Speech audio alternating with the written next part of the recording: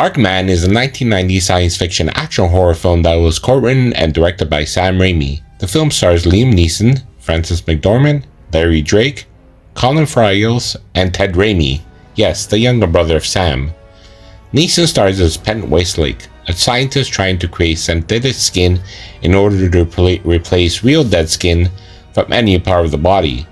Unfortunately, they discovered that the cells in the skin breaks within the hour because of the photosensitivity and only works in the dark. During the fantastic breakthrough, a group of thugs led by criminal leader Robert Dram, played by Larry Drake, breaks into this lab and starts to damage it while torturing Westlake and his assistant Yakitito, played by Nelson Machita. They will only stop until they get what they want.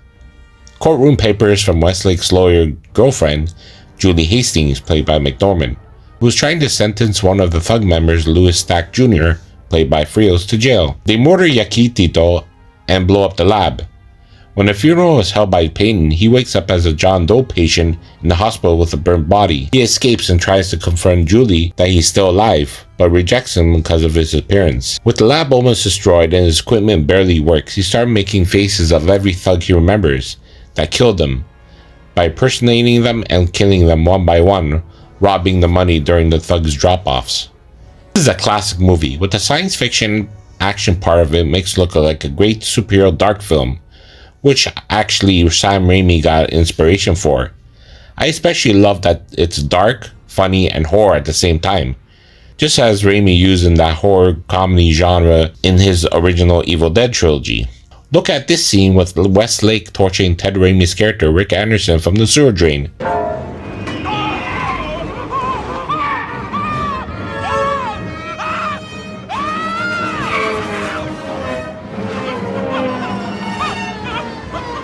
Good old comedy.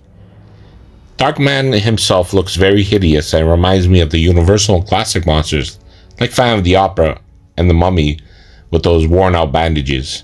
When I was young, there was a terrifying scene in which Durant uses his cigar cutter to cut off the fingers of his enemies and collect them for souvenirs. That's how sick and twisted Sam Raimi's early work in horror was. And Danny Elfman's eerie score? I loved it. I love the final Westlake's new face, played by Bruce Campbell, and of course, he has to be in a Sam Raimi film. Darkman 2: The Return of Durant is a 1995 Canadian-American superhero film directed by Bradford Maid. It is a direct-to-video sequel to the film Darkman, with series creator Sam Raimi serving as an executive producer. Arnold Vosloo succeeds Liam Neeson as the title character, who attempts to recover an experimental superweapons from his nemesis Robert J. Durant, once again played by Larry Drake. It was followed by a third installment in the trilogy Darkman 3: Die, Darkman Die, in which I will review later. To me, this wasn't as scary as the first one, but I still remember that horrifying look at Robert Durant's face when he wakes up from his coma. The idea of having Vosloo instead of Neeson as a title character, I didn't care for it. I mean, don't get me wrong, Arnold Vosloo is a great actor, but Liam Neeson played the character perfect. That scene at the carnival still gives me chills to this day. Anyways, Darkman 2 was an okay movie.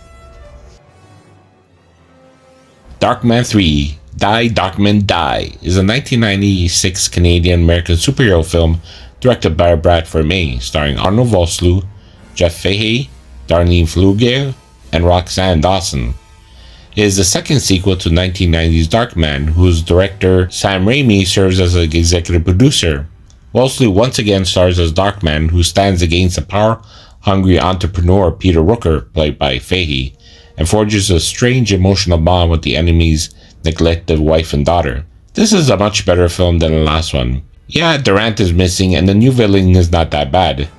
I didn't know that's Jeff Fahey. I remember him from Machete. Plus, when I was watching this, I felt like I was watching Darkman 2 because they reused the same footage on some scenes. Oh well, I guess they couldn't film new scenes since they shot this back to back. Like the previous film, Randy Miller composed the score, and Danny Elfman composed the main theme from Darkman. Gotta love it.